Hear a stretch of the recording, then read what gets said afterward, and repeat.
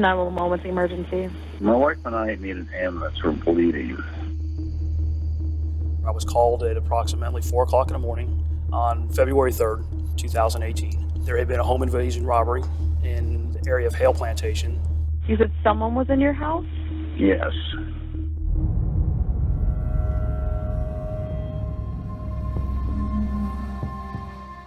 I'm being advised that the wife has severe injuries and was currently being trauma alerted to our area hospital. You woke up to her scream, and tall figure with ski mask starts fighting with you with a knife. I felt something sharp. Susan Rochelle almost died that night. If Susan had died, the truth of what happened that night would die with her. When Susan Rochelle comes out of surgery, she tells investigators that there is no intruder, and that the person who inflicted all of the injuries that she is suffering from is Michael Rochelle. This case is about the power of money. It's about the power of desire for control. When Susan asked for a divorce, Michael Rochelle snapped. When he was faced with the prospect that he would have to give her half of his fortune, he made a calculated and premeditated decision to kill. This is the knife that was used to stab Susan. The bending in this knife, you believe, is a result of it hitting bone and it bent the blade. That's correct. All rise for the jury. Members of the jury, we're just going to lay here until you die, Sue. We're just going to lay here until you die. Those are the words of that defendant, Michael Rochelle, spoken to his wife of 10 years, Susan Rochelle. I got close to her right here, and her hand comes out and... Was there anything in her hand? Yeah, a knife. There's no way on God's green earth that my father would stab anyone. Was Mike's daughter, Caroline, a source of conflict in the marriage? Absolutely. Didn't you tell Michael Rochelle that you hated Caroline? Those words came out, yeah. And in fact, you called her a bitch. Mm-hmm. Is that right? Yes.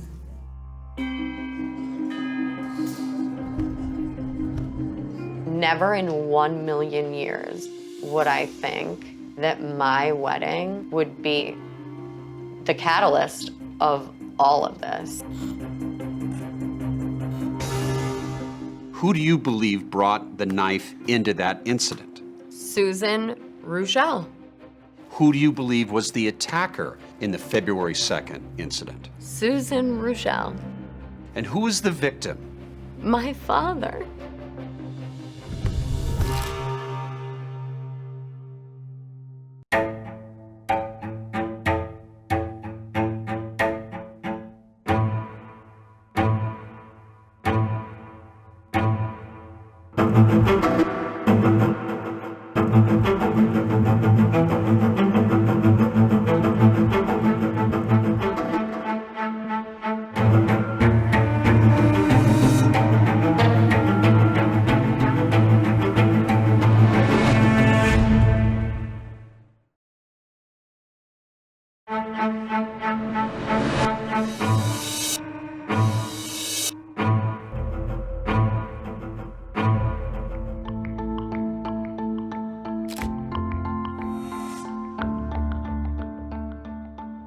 Where were you and how did you learn that your father on February 3rd, 2018 had been arrested?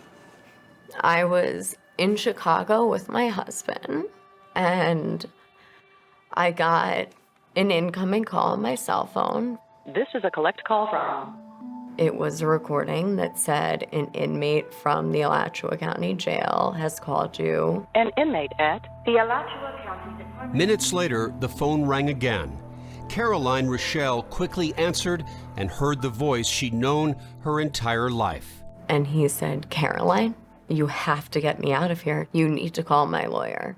And I dropped to the sidewalk, and I just sat on the sidewalk.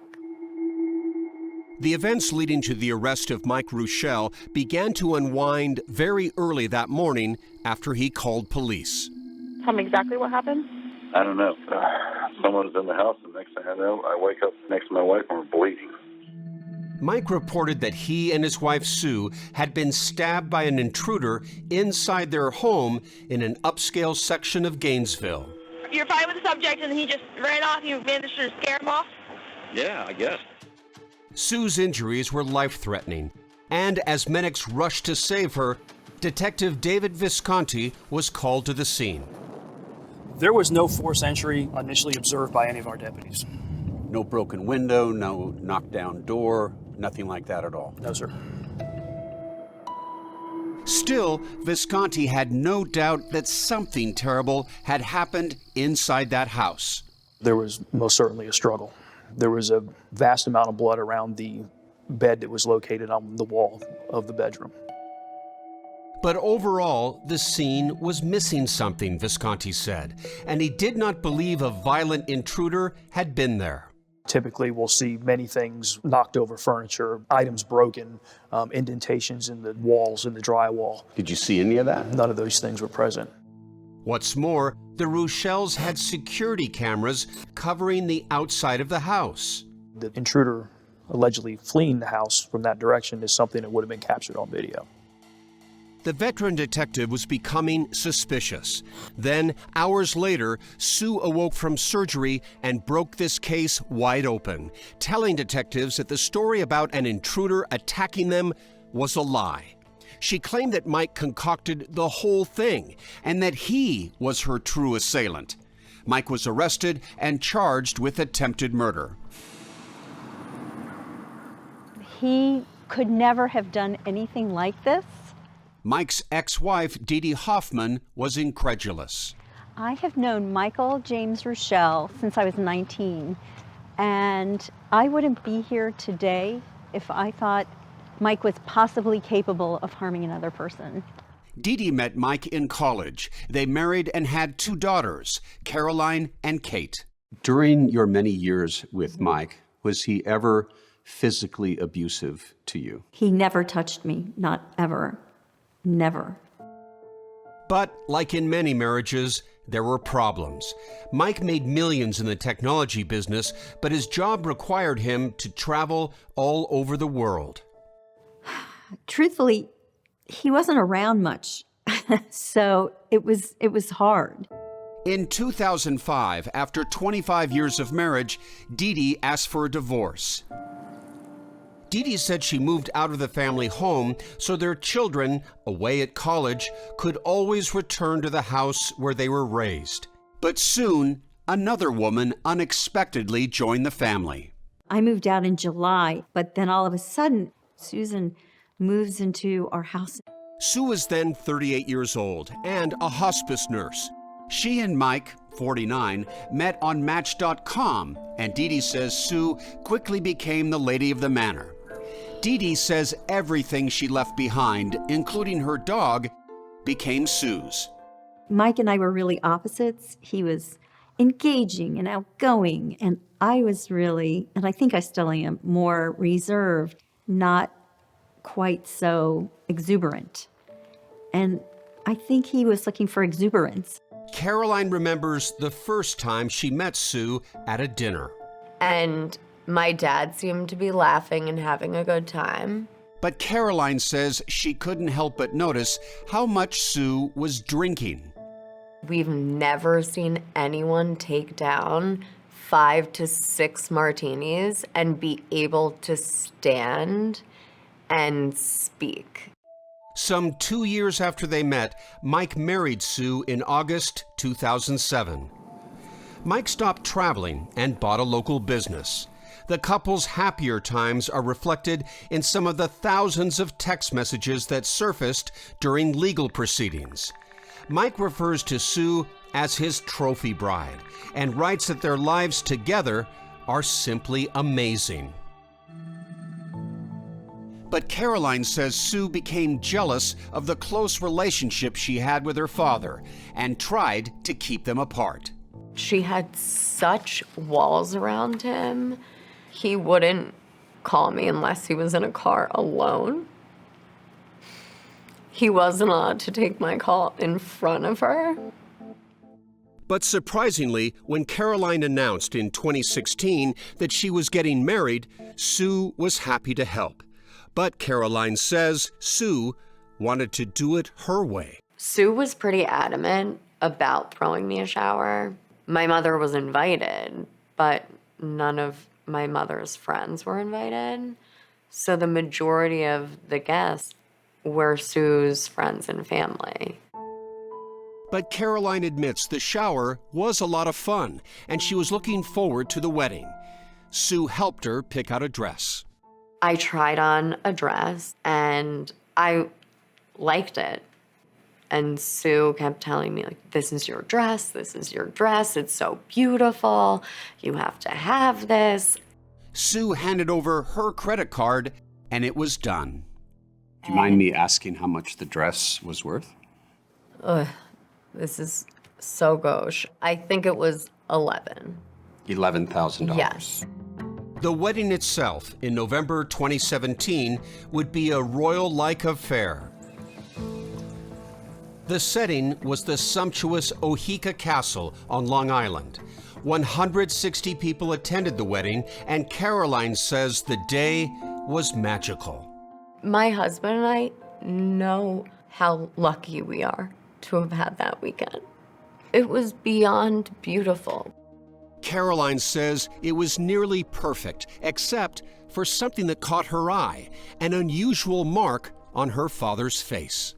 The last thing I saw before walking down the aisle at my wedding was this white scar from here to here. And in my mind, I was like, what is that? Weeks later, she found out.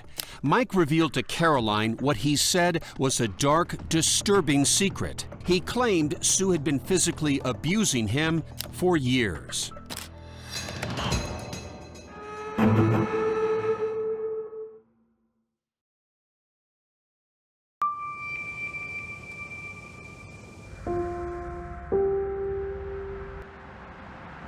I called him on his birthday, and I said, how are you doing? And he just started crying.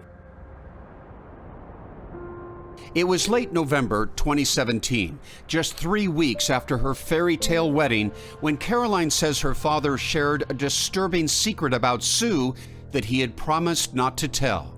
And he said, Sue was arrested, and he said she started attacking me. And I think he was so victimized that he was really scared to tell anyone.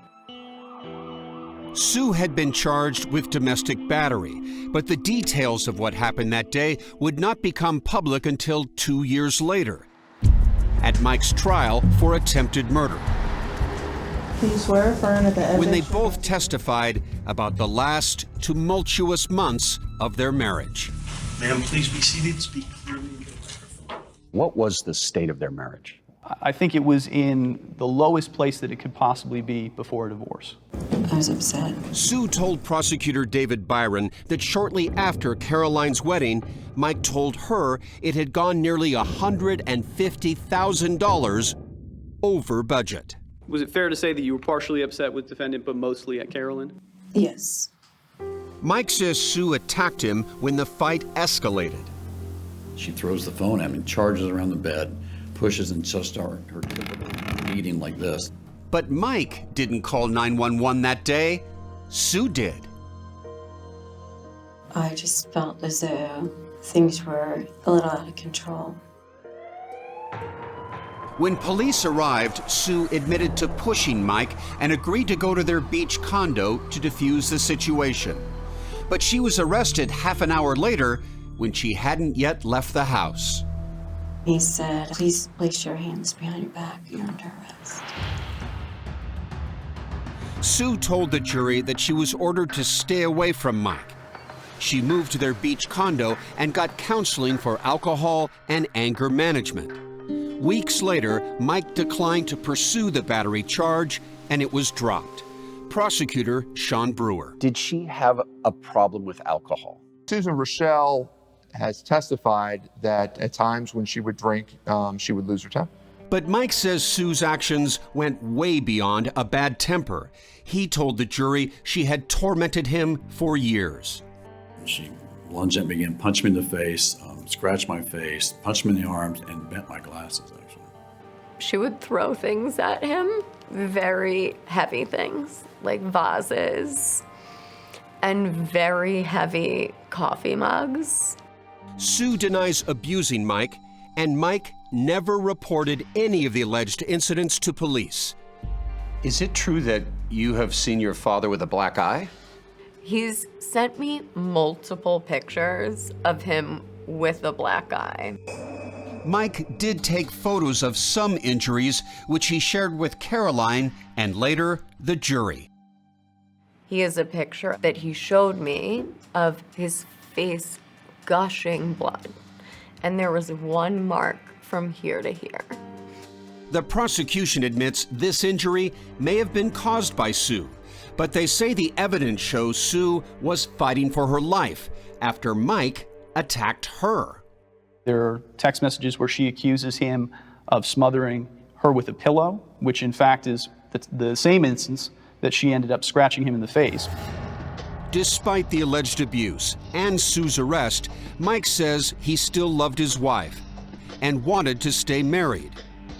In February 2018, he asked Sue to come to Gainesville for the weekend. Mike had asked me to come in. He wanted us to work on the marriage. They decided to go to their favorite steakhouse. That's Sue on home security video getting ready and enjoying a glass of wine. Mike arrives home and the two share a kiss before heading out. But over steaks and more wine, old wounds reopen. He had just received a text message from Caroline. Sue says that's when Mike admitted he had betrayed her trust by telling Caroline about Sue's arrest. He and I both agreed that we weren't going to discuss that. Mike drove home alone.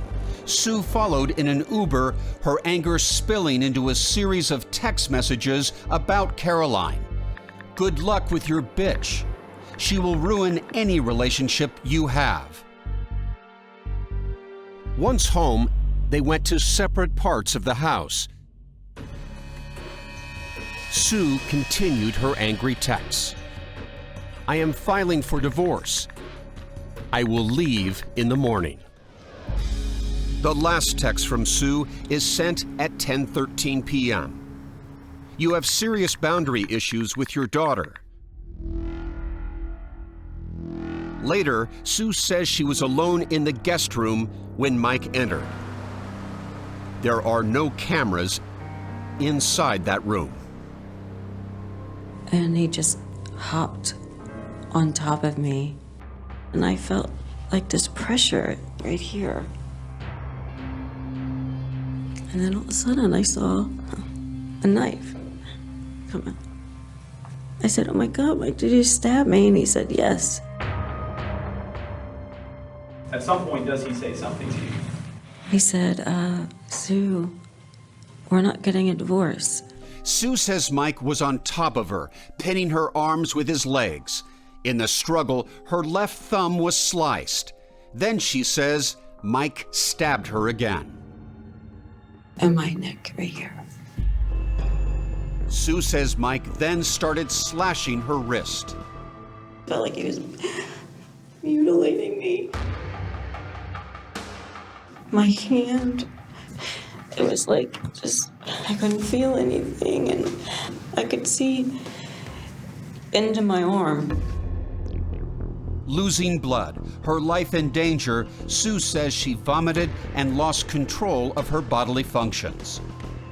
She says she tried to wriggle out from under Mike, and they ended up lying sideways across the bed. He just said to me, Sue, we're just gonna lay here until you die. Sue says as she was lying there, struggling to stay awake, she saw Mike raise the knife yet again. Desperate, she offered him a way out. I said, Mike, we don't have to divorce. I won't divorce you. Just put the knife down. Sue says after Mike put the knife down, she begged him to call for help.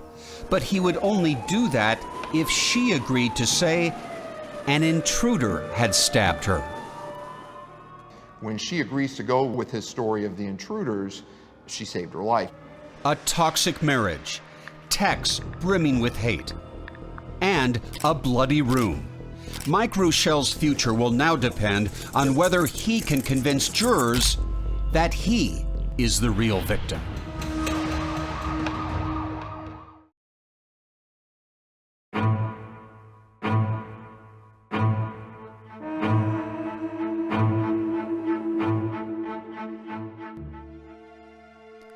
When first responders entered this bloody scene in the early morning hours of February 3rd, 2018, they'd been told by Mike Ruschel that a stranger had broken into their home and assaulted his wife, and then him with a knife. But in court, now with his defense attorneys Patrick McGinnis and Ann Fennell, Mike admits that story was a lie and says he's finally ready to tell the truth. He says despite Sue's drinking and violent outbursts, he was hoping to reconcile that night. I don't care if she's a melodrunk the rest of her life, just the anger's got to go. But at dinner, once again, they fought about Caroline, and that fight continued back at the house. After that, Mike and Sue's stories diverge. Mike says he came into the guest room a little after 10 and was startled to see Sue kneeling on the bed holding a knife. I said, Sue, give me the knife. And then next thing I know, I felt searing heat. And that's all I remember. And I'm just trying to get my hands on it. And I'm on the bed with her now. We're all on our knees. Mike doesn't say how he got his hands on the knife, but he says as they struggled and fell over on the bed, he felt the blade go into Sue's stomach. She's falling backwards and I'm falling in front on top. I felt the knife penetrate here, and I rolled off as fast as I could because I was afraid if that went in her, it would kill her. Mike offers no explanation for how Sue was stabbed in the neck or thumb, but he does say about 1 minute into the struggle, he somehow calmed her down and put the knife out of reach. Now, you're both bleeding during this point in time, right? Yeah, but it's not spurting, and there's no blood at all you can see on Sue through here. Mike says he wanted to call for help right away, but Sue wouldn't let him because she was afraid she'd be arrested again. I said, Sue, we need to go to the hospital. And she said, then make up a story so I don't get arrested. Mike says they argued about a possible cover story, but then, as bizarre as it sounds, they just lay together, bleeding for several hours, having what Mike says was one of the best conversations of their lives about future vacations to Europe. We talked about going to Germany on the Rhine and Moselle River cruise. Maybe we'll do Burgundy next. If Mike is speaking the truth, this happy conversation happened on a bed soaked with blood and human waste. Greece, because we've never been to Greece and Carolina. Mike never mentions that. Tuscany and Florence. And prosecutor David Byron suspects why. Is this believable? I don't think it's believable at all. He held her there, and he can't admit that. Michael Ruschel had months and months to go over the evidence and construct a story that fit with things that he couldn't admit. According to Mike, at about 3 a.m., their dog, Susie, wandered into this bloody scene where violence was about to erupt again. I get up out of the bed to deal with the dog, and behind me was the knife, and next thing I know, she sliced her right wrist with her left hand. Did you talk to her about why she had cut herself? Yeah, she said she doesn't want to go to jail. I said, Sue, I'm not going to send you to jail. I'm not going to get you arrested. Calm down. She goes, you promise, you promise? I said, yes. As Mike tells it, Sue cooked up the whole idea to lie to police, and he reluctantly agreed. in order to protect her. I said, then the only chance I have is to turn the cameras off to give a window of opportunity to say someone broke in and did this to us. Mike says after Sue cut her own wrist, he left the room to turn off security cameras and stage a break-in. 25 minutes passed before he called 911 and turned the cameras on again. And he's doing that with the knowledge that with every beat of her heart, more of her blood is pouring into that bed. But the defense thinks the blood at the crime scene helps to prove their case. People lie. The forensics don't lie, and that's why the blood spatter was so important in this case. Michael Berklin is a former doctor and bloodstain pattern analyst who testified for the defense. What do you consider the most important blood evidence inside that bedroom? The arterial spurt patterns. Berklin says he reviewed records which stated a small artery in Sue's wrist was cut that night. And he believes the blood here on the pillowcase and here on the nightstand came from that artery. The important thing about arteries, though, is that you get blood coming out of that with every beat of the heart. Berklin uses stage blood and a small syringe to demonstrate the way Sue's blood may have traveled, making a line or fine spray of drops. So the blood, in your opinion, gives us a timeline as to when Sue's wrist was actually cut. Correct, because arteries don't close up on their own. Remember, Sue says the attack, including the cuts to her wrist, started sometime after 10:13 p.m. But Mike says Sue cut her own wrist at around 3 a.m., hours later. Berklin says if Sue's wrist was cut before 11, she would have died long before help arrived. How much time does she have to live, in your opinion? If the wounds happen no later than 11 o'clock, she's dead before it ever hits midnight. Which leads you to believe what? When it comes to this injury, to the wrist, Michael's story makes more sense. The defense team says if we can't trust Sue's account about what time things happened, then her entire story is suspect. It is absolutely impossible to have happened the way she claims it did.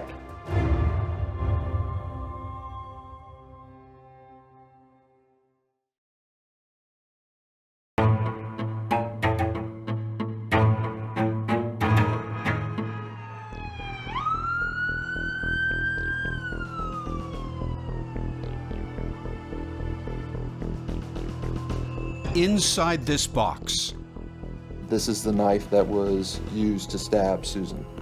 encased in protective plastic, This is a lot of blood. This is a lot of blood. are the remnants of the vicious confrontation inside that bedroom that prosecutor Sean Brewer is certain contain evidence of an attempted murder. This is Mike Rochelle's pajamas. Yes. And they are soaked in blood. And whose blood is that? Well, Susan is the one that had the injuries that provided the mass amount of bleeding. So if blood could talk, this blood is telling you what? This blood is telling me that Michael was on top of her while he was stabbing her, and she was bleeding quite a bit without any aid. Prosecutors say this evidence backs up Sue's testimony that Mike attacked her.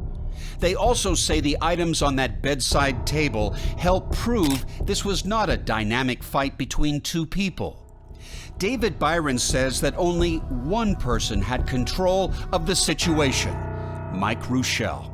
There's a full glass of wine, there's some glasses, there's a lamp, and it's evidence of the fact that Michael Rochelle was so physically capable of constraining her that none of those things are disturbed. And the prosecution disputes defense expert Michael Berklin's claim that these stains on the nightstand came from spurting blood from Sue's wrist. Instead, their expert says the blood was most likely cast off, flung from the knife, and not from Sue cutting her own wrist. The cast off shows that he was swinging that knife as he's plunging it into her stomach and into her neck. Did you call Dr. Berkman to the stand? Prosecutor Brewer not only attacks Berkland's conclusions, he also challenges his credibility, letting jurors know that his medical license was suspended and he was later arrested for storing body parts from autopsies in Tupperware containers in an unusual place. You were storing them at Uncle Bob's storage shed, weren't you? In a climate-controlled room. Were you storing them at Uncle Bob's storage shed? Yes. And the actual organs that you were storing included brains and hearts? I did have some hearts and brains, yes. Berkland says the organs were preserved for private cases he was working on while he was still a licensed doctor.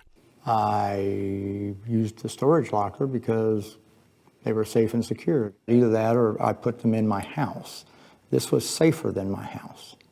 The charges were later dropped. Prosecutors also want the jury to know that the severity of Sue's wrist wound suggests she did not do it herself. The one that was truly life-threatening was the cuts that the defendant made to her wrist.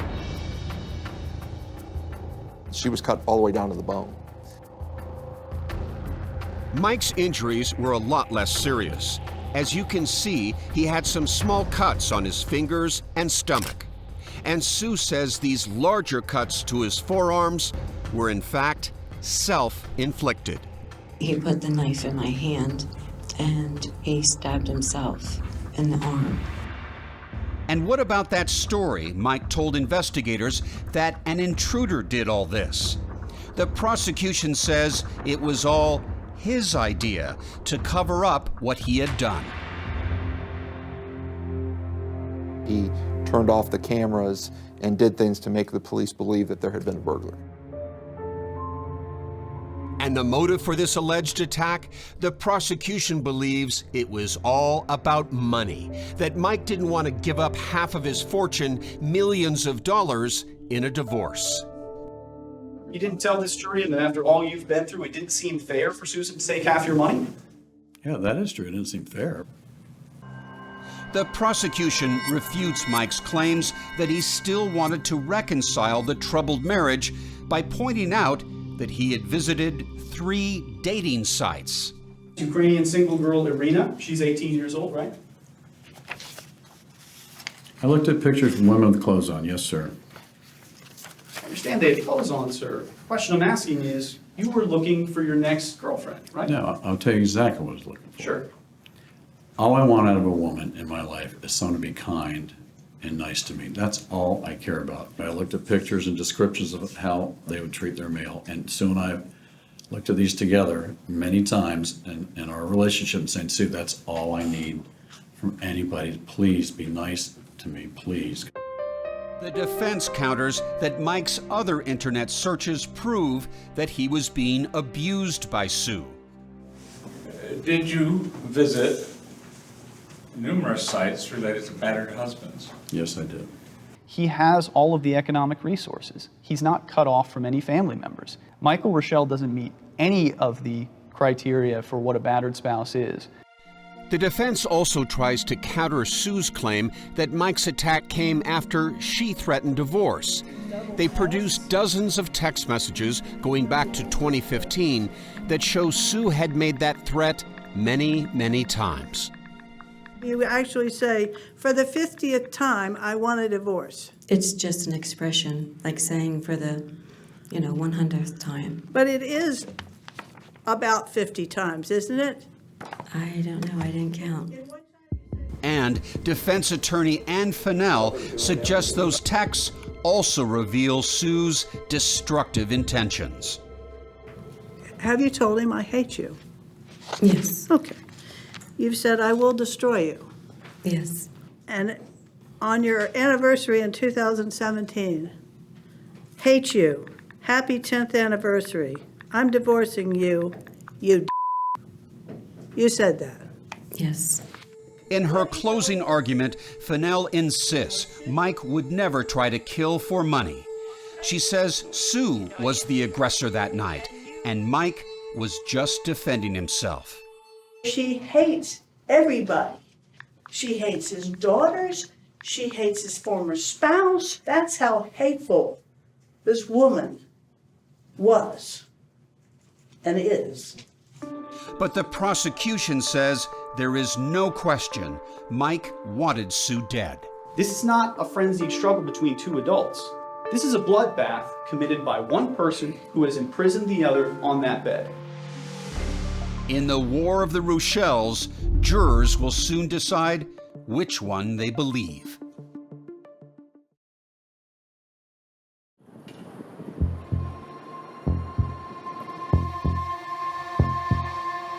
As the jury goes out to deliberate, what are those minutes and hours like for you? I just couldn't talk to anyone. I spent the past year and a half mentally preparing myself for the worst and hoping for the best. Caroline does not have long to wait. All rise for the jury. After a 9-day trial, it took little more than 4 hours for the jury to reach a verdict. They say a quick verdict is often a prosecutor's verdict. It's a thought that creeps into your head, but you never really know what a jury's going to do. Members of the jury, I understand you have reached a verdict. We have, Your Honor. Please pass it to my bailiff. We, the jury, unanimously find as follows to defendant Michael James Rochelle in this case. As to count 1, the defendant is guilty of attempted first-degree murder as charged. Guilty. Mike Rochelle is convicted of the most serious count against him. We were all so shocked. As to count 2, the defendant is guilty of false imprisonment. In quick succession, the jury also finds Rochelle guilty of 4 additional crimes, including false imprisonment and tampering with evidence. Juror number 51, is this your true verdict? Yes. Jurors utterly reject Mike's story of a knife fight with his wife. Prosecutor Sean Brewer says justice was served to a man who lied to investigators and to the jury. Michael went through great lengths to try and kill Susan. He just wasn't very good at it. And what's more, Brewer says, Mike Rochelle tried to kill Sue not once, but twice. While he was in jail awaiting trial, an informant came forward to claim Mike tried to hire a hitman to kill Sue, a charge Mike strongly denies. Do you believe that your father, in jail, plotted to hire someone to murder his wife? No. Honestly, I don't mean to laugh, but it is beyond laughable. As we were interviewing Caroline, she got a phone call that surprised us. Dad? Hi, I'm good. I'm with 48 Hours right now, literally with cameras. Mike Rochelle allowed me to ask a few questions. Mike, I just want to hear you tell me, did you take a knife into the room that night on February 2nd, 2018, and attack your wife? Absolutely not. And you're telling me the truth? Absolutely. On my children's lives. All I did was defend myself and I got attacked. In December 2019, everyone returns to Judge William Davis's courtroom for sentencing. The victim in this crime, Sue Rochelle, does not appear in person. Remain standing, face the judge, and raise your right hand, please. When it's Caroline's turn to speak, the moment is charged with emotion. No one is as positive, caring, and generous than this man.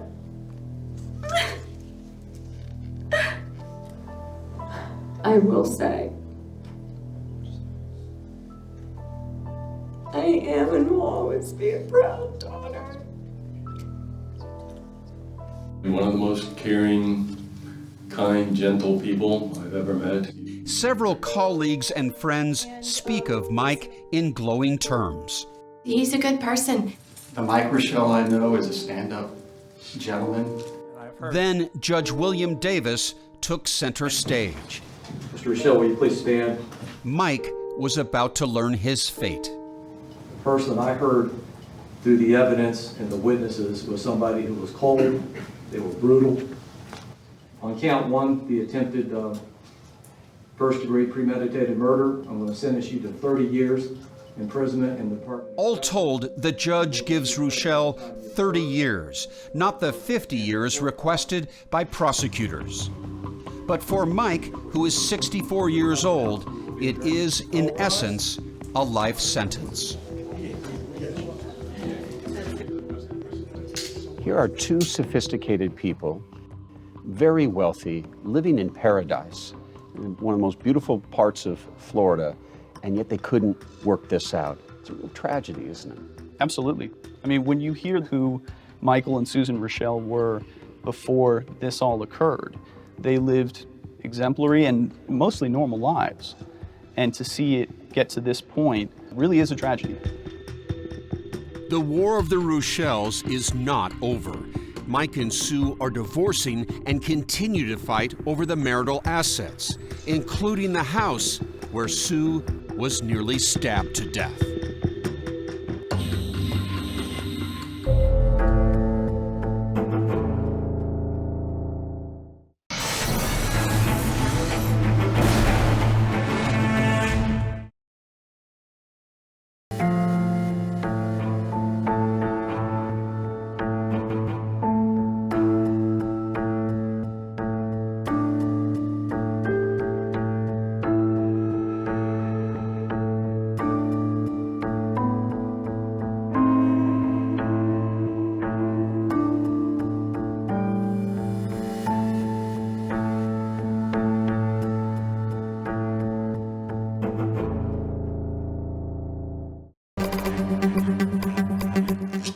This is a case about betrayal, murder, and a cover-up.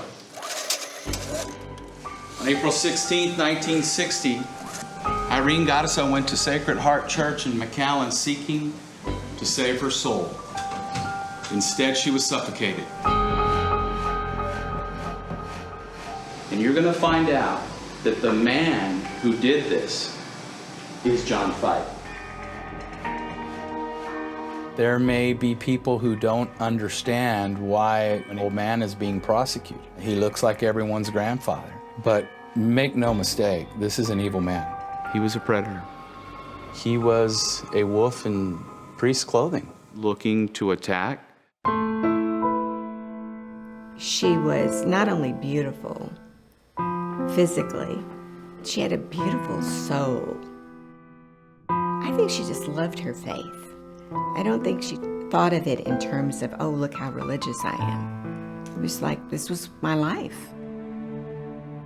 Down here, it's a primarily Catholic community, and Easter is the high holiday.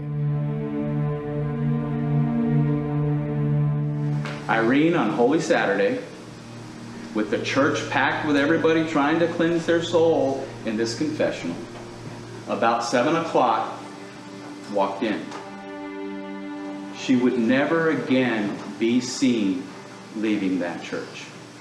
They'd later find her body in an irrigation canal, thrown like a piece of trash.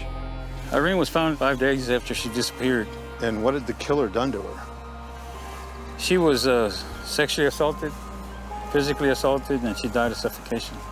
Back then, the church was very powerful. It was unheard of to be accusing a priest. You know, you just didn't do that. My father, that was the deputy sheriff at that time, he approached his superior and asked him why is nothing being done. And he was told to just step away from the case. Just step away, let us take care of it. Did the Catholic Church in those days have the power to prevent a suspect in a murder case from being arrested? Yes. The case died. It was a cold case.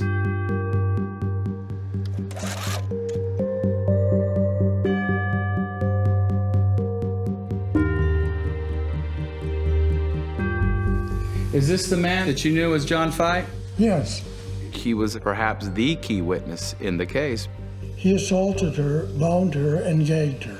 As he left, he could hear her saying, "I can't breathe, I can't breathe." We got a word for that in Texas. What's that? There isn't any forensic evidence that affirmatively linked John Fight to this crime in any way. You will see her clothing. Is there any evidence of DNA? The evidence will show you no. You will see her purse.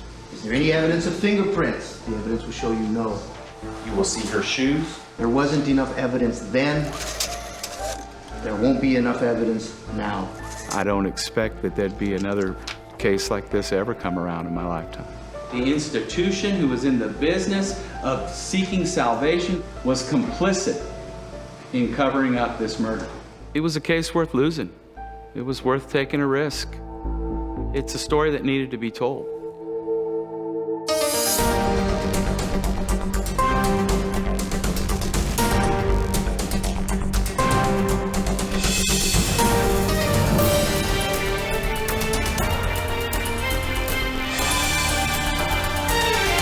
"48 Hours, Sins of the Father."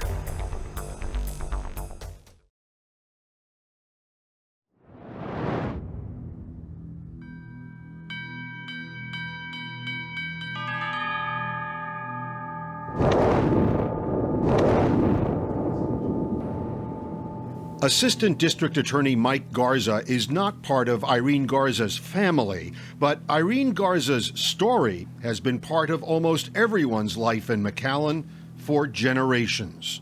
Kind of grew to folklore, kind of grew of legend about a girl that, went to confession and, never left. The story of the priest accused of killing a parishioner is finally being heard in a courtroom after nearly 60 years. Does your Catholicism make it more difficult for you to go after this guy? The church seeks to do good. It's the men in the church and the men at that time that did wrong. It became clear that on April 16, 1960, John Fife murdered Irene Garza. He did this with malice aforethought. At 85 years old, former priest John Fife hardly looks like the heartless killer the state says he was in 1960. It was a rainy Easter Sunday. Sylvia Acevedo Stern was then 18 when she received some news about her childhood friend Irene that she has difficulty talking about still. We were all very scared. And it was just this scary unknown that someone you knew and that you loved had disappeared. 25-year-old Irene Garza had gone to confession at Sacred Heart Church the night before and had failed to return to her parents' home where she still lived. That was not like Irene. She checked in all the time. Parishioners had spotted Irene earlier that night, putting on a lace veil, kneeling in a pew, and in a confession line. But no one ever said they saw her leaving the church grounds. People remembered her, whether she was your neighbor, whether your wife was jealous of her. People knew her. Irene had been crowned prom and homecoming queen at the local college and Miss All South Texas Sweetheart. Noemi Ponce Siegler was part of Irene's extended family. Do you remember how you felt about her? I mean, what she meant to you? She stood out. She was elegant. But Irene was far more than just a pretty face. She was a trailblazer, says her cousin, Linda de la Vigna. She and her sister, Josie, were the first Mexican-American twirlers in history of McAllen High School. And then ultimately she became the drum majorette, the first Mexican-American drum majorette. Irene had been the first in her family to go to college and graduate school. She became a second-grade teacher and chose to work with McAllen's poorest students. Oftentimes she would use part of her salary to buy them school supplies, to buy them things that they needed. And Irene was generous with her own family. Linda was just 9, but she still remembers their last conversation. She had Easter baskets for us, and my brother and I were excited and jumping up and down because we just knew that she would not have forgotten us. But before Easter Sunday, Irene had to go to confession at Sacred Heart Church. Religion played a central role in her life. Every Sunday, she'd go to church? Every Sunday. Every Saturday, she'd go to confession. It was a little bit of a family thing. Irene's going to confession whether she needs it or not. When she disappeared, the search for Irene Garza was huge. 70 members of the Hidalgo County Sheriff's Posse, many on horseback, fanned out looking for Irene, and one of them was Noemi's father. That man wouldn't even sleep trying to find Irene. Sylvia remained at the Garza home for days after Irene vanished. She says at first everyone tried to hold on to hope. But then Irene's purse was found near a dirt road. Is this the purse that you recall that was brought to the house? Yes. The news only got worse. Just up the road, they found Irene's shoe. Is that Irene's shoe? Yes, sir. And the shoe was a killer. Then, 5 days after she vanished, everyone's worst fear was confirmed when Irene's body was found floating in an irrigation canal. And I just remember her mother just dissolving. I mean, I just saw her just bending over in pain. Irene was still partially dressed, but her blouse was unbuttoned and her underwear was missing. The autopsy showed she had been beaten and sexually assaulted. It showed that she was killed by asphyxiation, probably suffocation. At first, there were few leads at the crime scene. Just an imprint of Irene's petticoat on the canal bank and a partial heel print from a man's shoe. But 2 weeks later, police discovered a curious clue. They drained the canal, and on the bottom, they found this, a photo slide viewer. The police turned to the public for help in identifying the owner. 2 days later, they received a note from Father John Fite, a visiting priest from the missionary oblates of Mary Immaculate. John Fite writes a letter saying that slide viewer belongs to me. Why in the world would he tell the police, yeah, that's my slide viewer? I think it was taunting. Taunting the police. Taunting the police. Police only grew more suspicious of the 27-year-old priest when he gave them different stories about that night. At first, he said, he had not heard her confession at all. He changes it by saying later, why I took her confession in the rectory. And there were other peculiarities. Fite had been staying temporarily at the rectory to help with the busy Easter holiday. But he kept going back to the pastoral house where he lived just a few miles away. 6 times in a 24-hour period. He used excuses like breaking his glasses, needing to get clean clothes, different things that became very suspicious. And Father Joseph O'Brien, the assistant pastor, told police that Fite had some injuries the night Irene disappeared. He noticed some scratches on his hands, some scratches that ran vertically down his hands and on the top of his arms.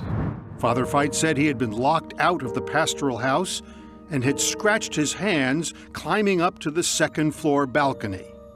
They were on the back of his hands, and I guess this gentleman climbs the wall like this, but he said he got them climbing a wall.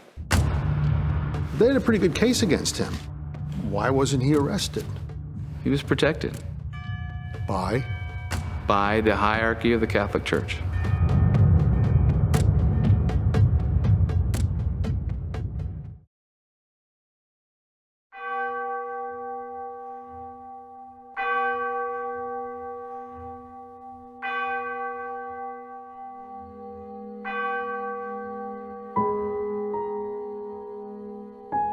It's always been very difficult. In the days after Irene Garza's murder, Sylvia Acevedo Stern was struggling not just with grief, but also with guilt. On the Saturday she vanished, Irene called Sylvia's house, hoping she could accompany her to confession. But Sylvia wasn't home. That day might have been different. If I had been with her, she might not have gone to the rectory. But why had Irene agreed to go to the rectory that night? Your Honor, at this time, the state detectives would call Anna Maria Hollingsworth. A new witness, Anna Maria Hollingsworth, testified that Father Fite had pulled Irene out of the confessional before. It's not the same, she says, going to confession anymore because I don't get to stay in the confessional. He had pulled her out of the confessional, told her she was too good to confess in the confessional, and took her to the rectory. Anna Maria says her friend Irene seemed confused by Feit's insistence. If that's true, why would she have gone with him to the rectory on that Saturday evening? Because he was a priest, and you didn't fear priests back then. She had no reason to suspect he was going to do something violent or sexual to her. What angers Mike Garza is that he says the church had warning signs about Feit. Just 3 weeks before Irene was killed, a woman named Maria America Guerra had been attacked in a nearby church. A man that she had seen came up behind her, tried to stuff a rag in her mouth, threw her to the ground.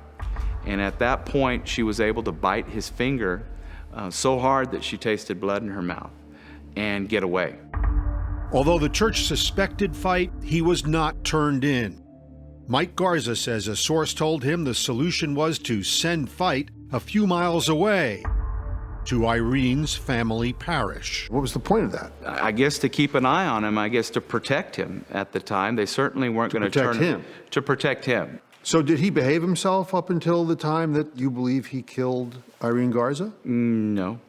Is that what you looked like Yes, when you sir. were about 20 years old? Yes. Garza found another new witness, Beatrice Garcia, who says in the weeks before Irene Garza was murdered, she had a bizarre encounter with Father Feit. I was walking to work. A car approached me, and I said, "Can I help you, sir?" And he said, "I would love to take a picture of you dressed in black by the cemetery." And that man in the car, who was it? He was the priest. That's him right there. He liked a certain look in a woman. You know, America Guerra, Beatriz Garcia, Irene Garza, they all looked the same. America Guerra was a violent attack, and maybe he got a little taste of it then and was looking for his next victim. And Garza says that victim ended up being Irene.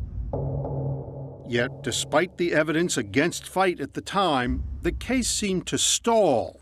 Noemi Ponce Siegler recalls finding her father, one of the original investigators, very upset one day. I saw him sitting in a chair with a white handkerchief, and he was crying.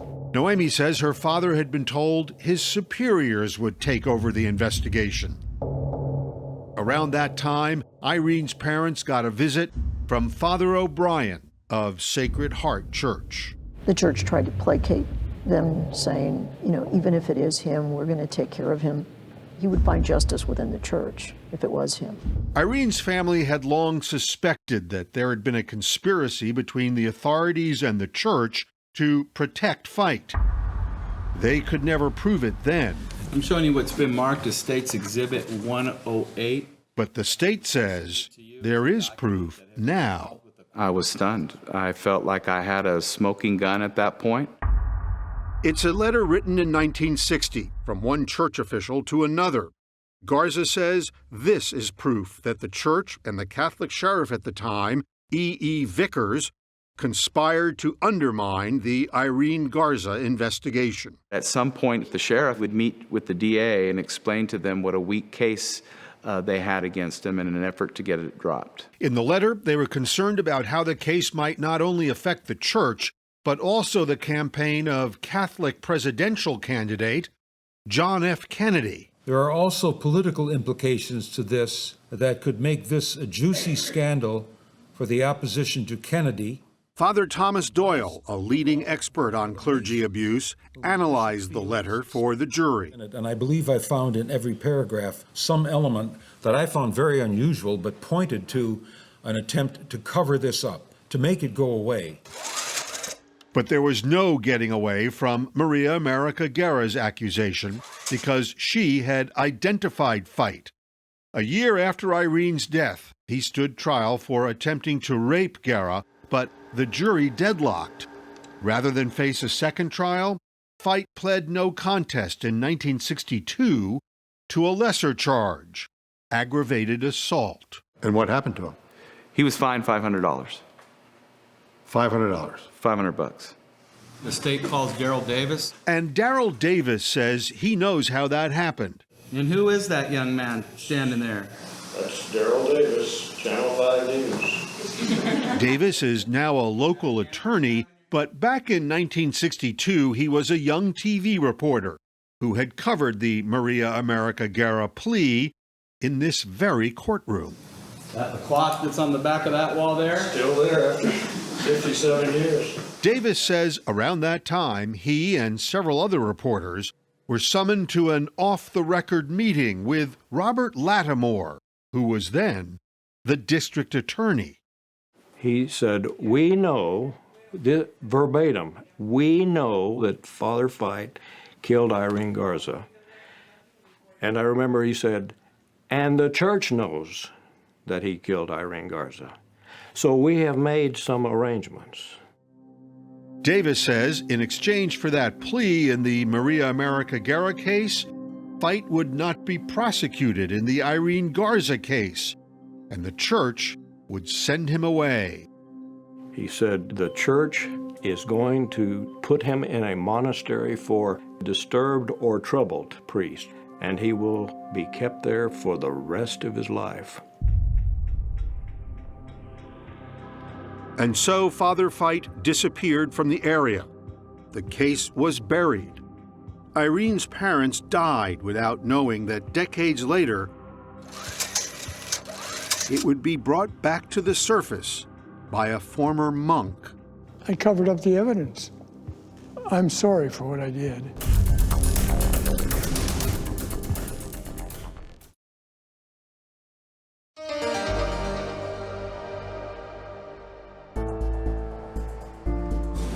In the state of Texas, we're called Dale Tashney. Dale Tashney is 88 years old, a former monk from Oklahoma, and now the star witness at John Fight's murder trial. Tashney has waited years to be able to take the stand. Do you remember what you were feeling at that moment? Relief. Relief. This was my chance to tell what I knew, what I remembered. In 2002, 42 years after the murder of Irene Garza, Tashney sent a letter to the San Antonio police saying he had information about the death of an unnamed woman in the 1960s on Easter weekend. She went to confession to the priest. After hearing her confession, he assaulted her, bound her, and gagged her. The priest's name was John Fight. The San Antonio police knew nothing about the case, but the Texas Rangers did. It just so happened the cold case had been reopened that year, and Ranger Rudy Jaramillo had been working on it without much luck. And then Dale Tashney came along. That's a huge break for you. Right. Jaramillo got in touch with Tashney and was amazed by what he heard. Even though Tashney didn't know the name of the victim and had the incorrect date and city, Jaramillo was certain Tashney was talking about the murder of Irene Garza. Back in 1963, Tashney was a monk at the Assumption Abbey in Ava, Missouri.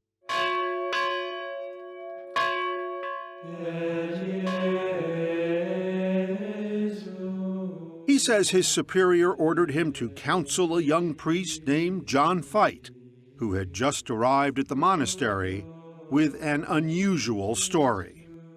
I was told that he had killed a woman and then asked if we could see if he would fit in the monastery and possibly become a monk. And I said, murderer become a monk?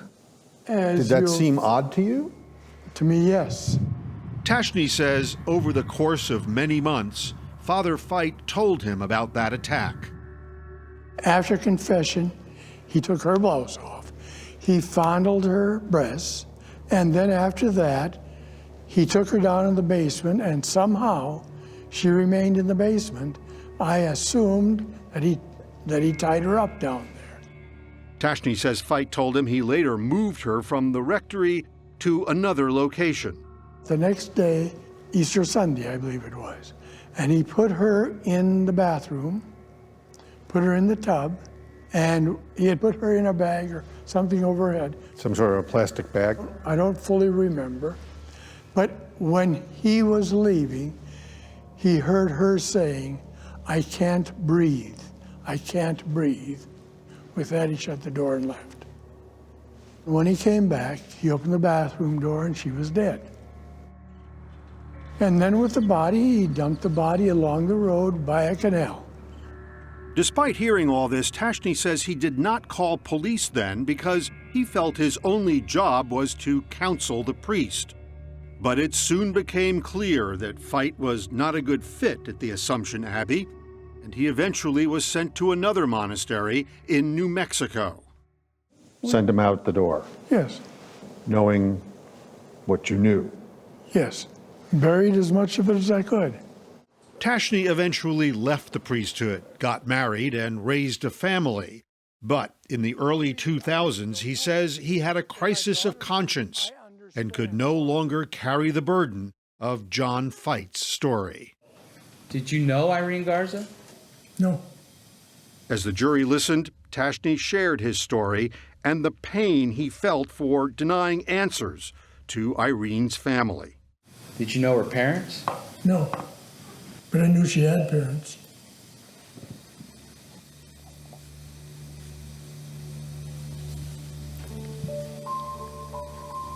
Can we move on to something else?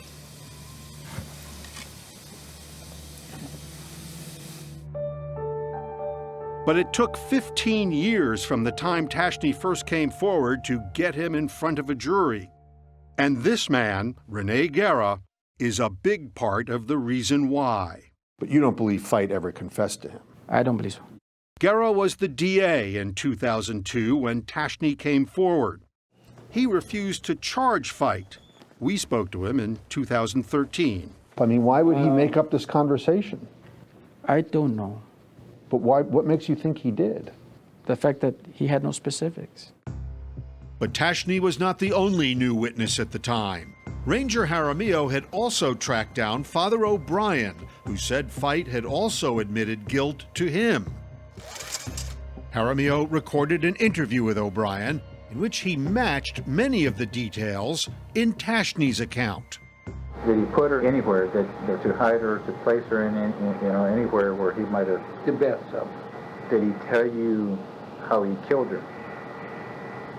Well, she died from the gagging asphyxiation. Garza did not believe Father O'Brien either. He says O'Brien had been diagnosed with a form of dementia. Is he misunderstanding and fabricating in his mind a story that he might have heard about, might have read about? Jaramillo felt O'Brien was clear-minded, but Irene Garza would not bend. Linda de la Vigna remembers he confronted her as she and Noemi Ponce Siegler tried to push him to prosecute. And I'll never forget, he put his finger in my face and said, you know, you'll never get an indictment. You'll get one when pigs fly. Linda and Noemi refused to back down, and in 2004, Garza finally seemed to give in to the public pressure, and his office took the case to a grand jury. But jurors would only be given audio tapes and transcripts of what Father O'Brien and Dale Tashney told investigators. They were never called to testify in person. The charge has been made that you could have called them and that you didn't do it in this case because you didn't want to prosecute this case. Irene Garza's family is saying that's what the police are saying. There's some interested parties that are saying that. The grand jury did not charge John Fite, and he continued to live as a free man. He had left the monastery and the priesthood by 1972. He married and became a father and a grandfather, and had worked for decades at a Catholic charity when we found him near his home in Scottsdale, Arizona in 2014. Sure. Well, let me just ask you straight out. Did you kill Irene Garza? No. Do you know who did? No.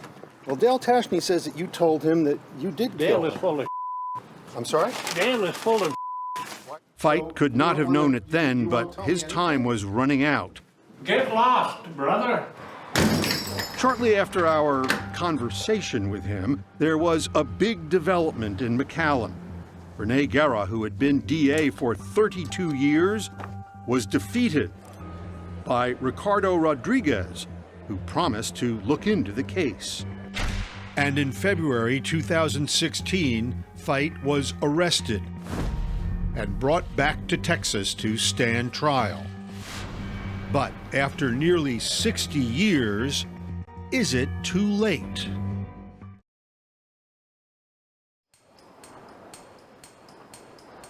After hearing her confession, he assaulted her, bound her. Dale Tashney's testimony allowed the prosecution to piece together the last hours of Irene Garza's life. He put the young lady downstairs in the basement of the rectory at that time.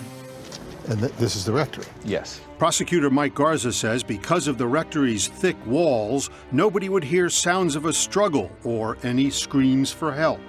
And left her there? And left her there. And Garza says Father Fite went back to church to hear confessions. After parishioners left that Holy Saturday, Garza says Fite moved Irene a few miles away to the pastoral house. Tashney's story was that he had placed her in a bathtub and had left her there while he was going to go back and say vigil mass. And at that time she said, "I can't breathe, I can't breathe." Garza says when Fite returned from church, Irene was dead. At the point that he left, we believe she was still alive, but with every intent to kill her. That's a depraved heart. That's a pretty cold heart. That night, Easter night, Dale Tashney believes Irene was moved one last time. He put her in a car and put her aside of the road near a canal. Tashney's testimony has some details, but Mike Garza knows it also has holes. Would you recognize that, sir? Yes, sir. In his letter to police in 2002, Tashney said the murder happened in 1962 or 1963 in San Antonio, several years after and more than 200 miles from where Irene Garza's body was found. Why did you think it was in San Antonio? Father Fite was from San Antonio. He went to school there. Did you know what year this had happened? Since Father Fite came to the monastery in 1963, I thought it happened in 1963. Did you later find that you were mistaken? Yes, but I wasn't easily convinced. Defense attorney Renee Flores believes Ranger Rudy Jaramillo fed facts to Tashney so he could close the case. Could you have done that? Did you do that? No, sir. Jaramillo says he corrected Tashney only because the former monk was racked by guilt, wanted to find Irene's family, and clear his conscience. I had to set him straight as to when it happened and where. But the defense says Tashney isn't simply mistaken. He assaulted her, bound her, and gagged her. Renee Flores says Tashney is simply lying. Okay, but you were never told by Father Fite that she had been bound and gagged. That's correct. Tashney admits he assumed that because Irene didn't escape from the rectory. After some time, he placed her in a cellophane bag and put her into a bathtub. You also talked about a cellophane bag. We know that didn't happen, correct? No, we don't know that didn't happen. We know that he didn't tell me it happened. Well, if he didn't tell you all of these different things, Mr. Tashney, why would you come forward to law enforcement and tell them that he did? There were reasonable assumptions. The prosecutors don't think the problems Tashney has with details make him unreliable, and they say much of his testimony is corroborated by what Father O'Brien, who has since died, told the police. Did he tell you how he killed her? Well, she died from the gagging, asphyxiation. But the defense says O'Brien, like Tashney, got help with his story. I think Joseph O'Brien was fed, given, or confronted with what the investigators believed. May I have a moment, Your Honor? Renee Flores is arguing Fite was never prosecuted because of a lack of evidence, not a conspiracy, and he questions Darrell Davis's testimony about that off-the-record meeting with the prosecutor at the time. We were talking to the defense attorney, and he doubts this meeting ever really took place. Really?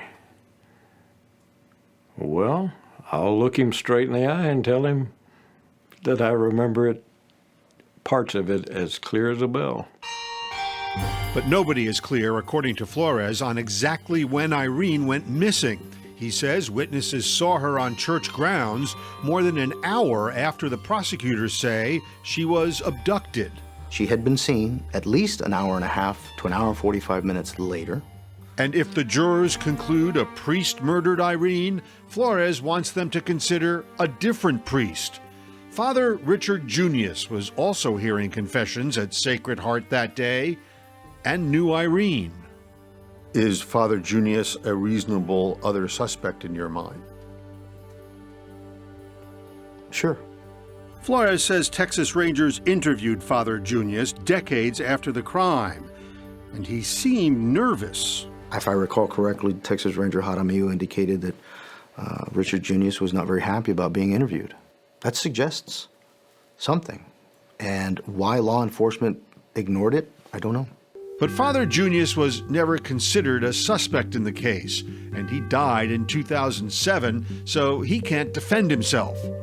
But John Fite can, if he decides to take the stand at his trial. There are several things I'd like to speak to.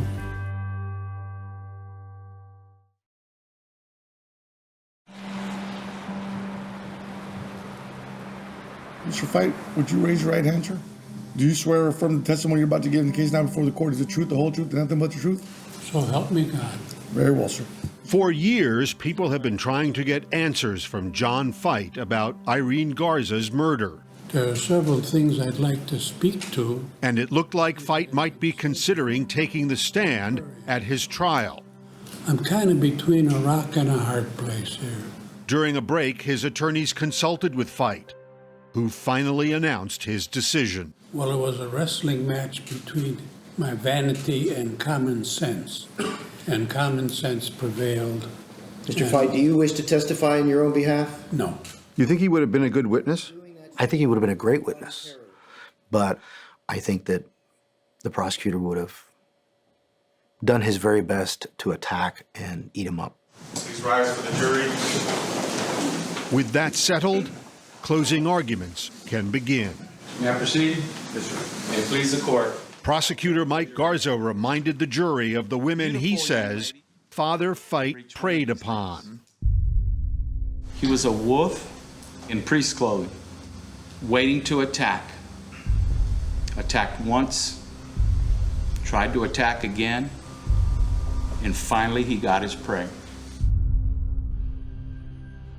Ask yourselves this. What evidence was there that John Fite had any intent to kill?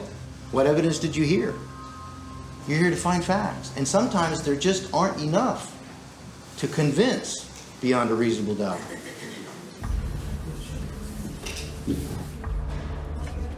Fite went through the trial alone, without his family. And on December 7th, 2017, after 6 days, the cold case against the former priest was in the hands of the jury. The jury began their deliberations just this afternoon. I was confident. I felt we had the right jury in the box. And that carried you through the first, what, 2 hours of deliberation? That carried me probably through the first 2 hours. And then what happened? It started taking long. We received another note from the jury. And I started losing faith.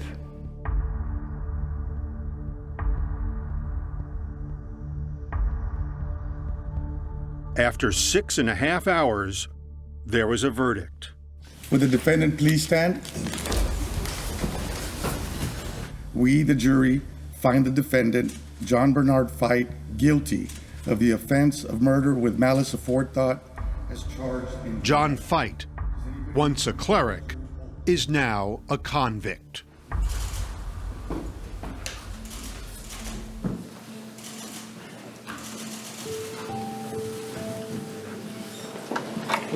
Guilty. Tell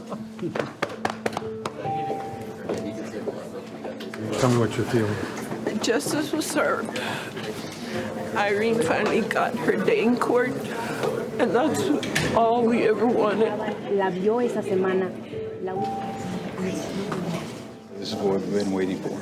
Brought a smile to an old Texas Ranger's face. Yes, sir. After 57 years, we have found justice for Irene. And for today, pigs are flying. Mr. Fight, any words? No comment. When you heard that Father Fight had finally been convicted, what did that feel like to you, knowing the role you played? The debt is paid, both to Irene and to Father Fight. Justice has been done for the both of them. The verdict against John Fight was one thing, but the jury still had to decide on his sentence. Linda and Noemi worried that Fight might be set free. The jury might decide, because he is older and he's frail, that they would be somewhat lenient. The morning after the extraordinary verdict, something else extraordinary happened. It snowed here along the border with Mexico as the sentencing process began. It's snowing outside. Good morning. And one last time, the lawyers addressed the jury. It was a time where this man wasn't walking in a walker, where this man wasn't sitting here weak. It was a time when this man was strong. Prosecutor Mike Garza pulled out the photo of Irene he carried close to his heart throughout the entire trial. She was a person that was loved. We ask that you assess punishment at 57 years. Every year that he was free, having a family, getting married, hiding behind the protection of the church.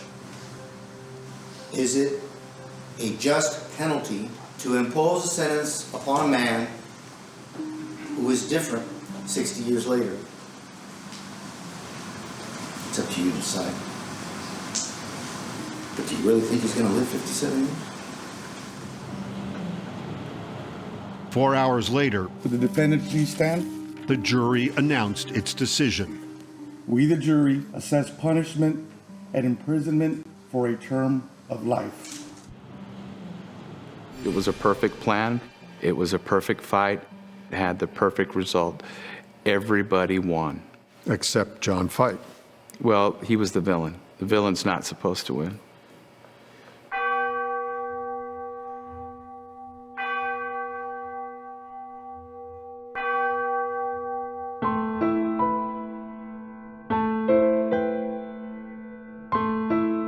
I said, okay, Irene, I know what your message is.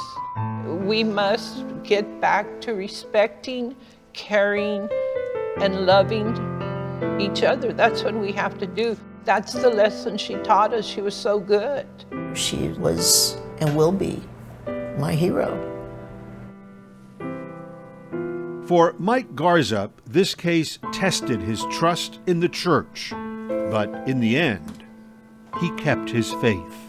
I have crossed the emotional line in this case. This case was very important to me from my heart. I truly believed that faith would win, and it did.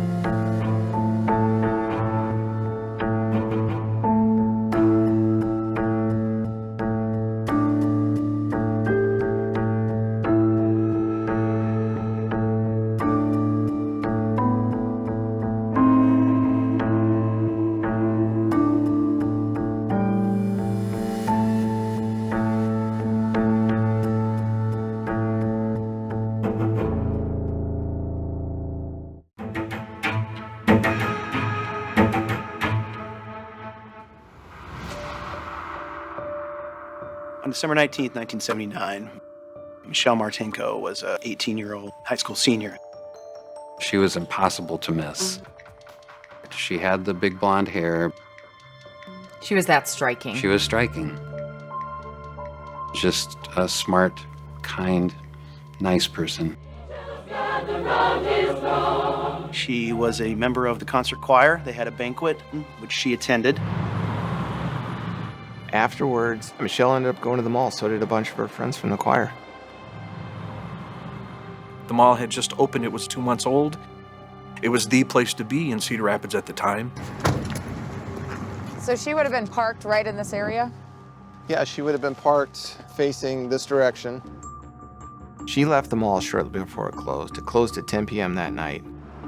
You're talking December in Iowa. It's very dark. It's very dark. Michelle walks out and gets in her car. This person snuck up on Michelle, opened the door, and climbed in. She was stabbed and cut a total of 29 times. This was a real fight. It looks personal. It's a lot of stab wounds. It's overkill. It's always the boyfriend, the girlfriend, the husband, someone really, really close to the person.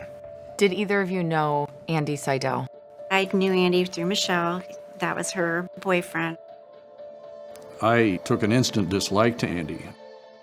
He was very possessive of Michelle. I believed Andy did it. I did not see anything from the men in her life that would give any of them motive to do something like this. I definitely didn't see that from Andy Seidel. The entire police force dedicated time and energy to try to find answers to what happened to Michelle. After a couple of years, the leads were starting to dry up. The case then goes cold. We really had given up hope. We truly had. These guys never gave up. The investigation never really stopped. I've been through every piece of paper in here. Probably close to 8,000 pages of reports here. The biggest break came in 2005. The DNA was the key. We collected DNA from 161 people. We were looking for a needle in a haystack. We just need to get lucky. It took us 13 years until we had a suspect. We immediately call up the lab. Is this our guy? What was the answer? Yes. What are you doing in that moment? I don't know what I was doing. I was speechless. So do you think he just all these years thought he got away with it? Well, yeah, because he did.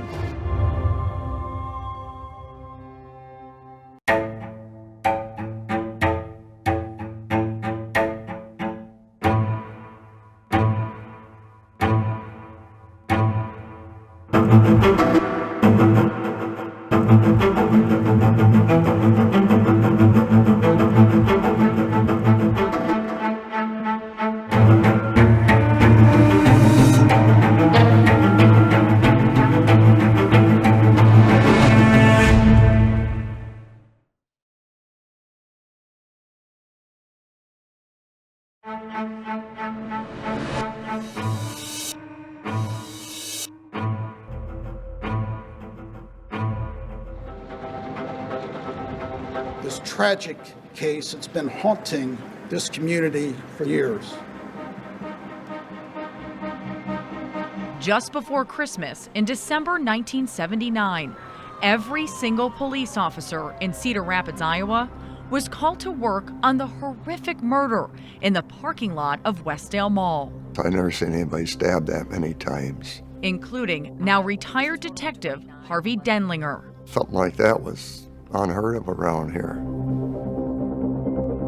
Michelle Martinko, an 18-year-old high school senior, had been found violently stabbed in the front seat of her car. Her killer, unknown, confounding generations of investigators. We couldn't come up with anything, and we just kept plugging away. How old were you? I was 5 years old. Do you remember the case? No, not from when I was little. Harvey's son, Matt.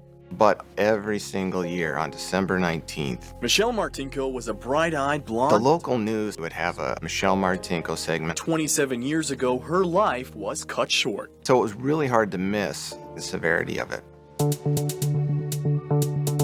Decades later, Matt, now a detective himself, joined the investigation into Michelle Martinko's murder. I love how old this map is. 36 years after his father had begun working the same case. Wouldn't it be something if I could find our suspect and my dad is still alive? And as he dug into the thick files, the son went to his father to help him make sense of it all. I wanted someone to talk to about it, and I wanted someone that really understood it. The crime had stunned the small city of 110,000. It scared the hell out of us. Tracy Price went to high school and sang in the choir with Michelle. It just hit me like a brick. It was just shocking. Mike Wyrick had dated Michelle in high school and says her murder shattered the city's all-American image. If that could happen and the person wasn't caught, anything could happen. This one, I think, is one of our favorite pictures. She's sleeping with her dog. So cute. Here we're into the hair stage. Lots of hair pictures. Yep. Janelle Stonebreaker is Michelle's big sister, 12 years older. Michelle was the flower girl at her wedding. She and her husband, John, say nothing could have prepared them for the horrible news they got the morning after Michelle was killed. We just hugged, and we couldn't believe she was gone. My dad was very stoic about it, but he was angry. And my mother was just brokenhearted. It was a devastating blow to parents who had been through so much with Michelle already. Janet Martinko had suffered 5 miscarriages and was 44 years old when Michelle was born.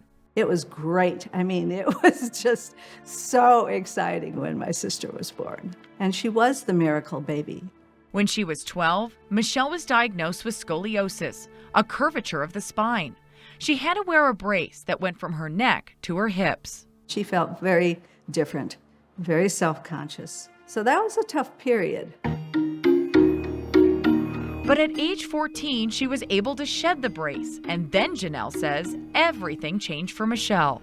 Farrah Fawcett was in with the hair, and my sister always had the long blonde hair. So she thought, okay, I can do the hair, you know. Michelle was blissfully unaware She was. of all this attention that she was getting from men. She caught the eye of Andy Seidel, who at 16 was a year older than Michelle. We met him roller skating. Michelle's friend Gail Dawson remembers him. And there is this flashy sports car guy, you know. Michelle and Andy were together for 2 years and then broke up. Friends say she didn't want to be in a committed relationship, and Andy apparently didn't take it too well. After they broke up, he wanted to know her every move, who she was dating, why she was dating that particular person. He would talk to her friends. He just wouldn't go away. Police learned Andy had run into Michelle at the mall that fateful night. They brought him in for questioning. Did he have an alibi? Andy did have an alibi. Andy was at home shortly after the mall closed, and his mom provided an alibi. The problem with Andy's alibi, though, is that moms would say a lot to protect their children. Every male that knew her was a suspect that they had to clear. You must have been a suspect. I was. Mike Wyrick was questioned as well. And even though he was more than 100 miles away at college when Michelle was murdered, police knew he had also dated her. All of it was a little intimidating. It was hard. It was scary. Mike says the police were tough on him. At one point, they thought that I wasn't telling them everything, and they laid the crime scene photos out in front of me, and it was hurtful. Mike was never considered a serious suspect because he was not in Cedar Rapids at the time of the murder. But Andy was. And Andy's behavior at Michelle's funeral only reinforced many people's suspicions about him. He was almost in the casket. He was so emotional. He had his arms around her and he was just sobbing, and he said to me, I have to know who she loved when she died. Did she love me or did she love Mike? Who did she love when she died? But police had no hard evidence pointing to Andy Seidel. He left Cedar Rapids soon after high school and joined the Navy. There's a large amount of us that were convinced that he did kill her.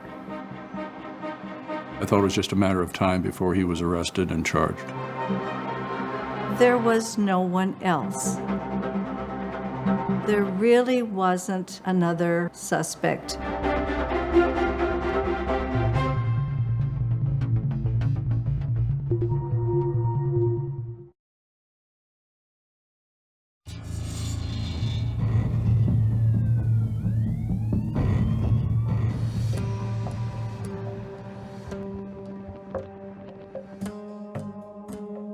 As police investigated those closest to Michelle Martinko looking for potential suspects, they were also looking at the possibility that Michelle may have been killed outside the mall by a stranger. She was out there and she was looking for a coat that her mom had put on layaway for her for Christmas, and she was going to pay it off. Michelle had $186 with her to pay for the coat, but ultimately decided she didn't want it. Tracy Price had run into her at the mall that night and gave her a protective warning when he saw her holding the cash. Put that away, you know. Don't be flashing money out here in the middle of everybody.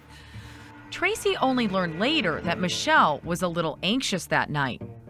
She was nervous about going out to the mall by herself, and that she had told someone that she felt like she was being followed. You didn't notice anybody watching her, paying close attention to her? I never got that feeling. Michelle headed to her car in the dark. So she was parked pretty far away. Yeah, she was parked a ways out here. I think she gets in. I think she probably turned that car on herself and was warming it up for a minute to get the frost off the windows. And I think that in that moment before she puts it in drive and leaves, I think he's at the door, pops it open, pushes her over and climbs in. Sounds like a robbery? On the surface, it would sound like a robbery, but she did have cash on her. It wasn't taken. She did have a bag with some items she had purchased in the back seat. Those weren't taken. So is it a sexual assault? It very well could have been the plan. Although the autopsy showed she was not sexually assaulted, Michelle had defensive slice wounds on her hands and body. You have to assume that pretty much any motive that you can logically think of was a possibility, and that Michelle decided she wasn't going to allow that to happen. She fought. Whatever the motive, the assailant had come prepared. They found rubber glove indentations on the outside of the car in dirt. They found them inside the car in blood. It was clear that that person was trying to conceal their identity.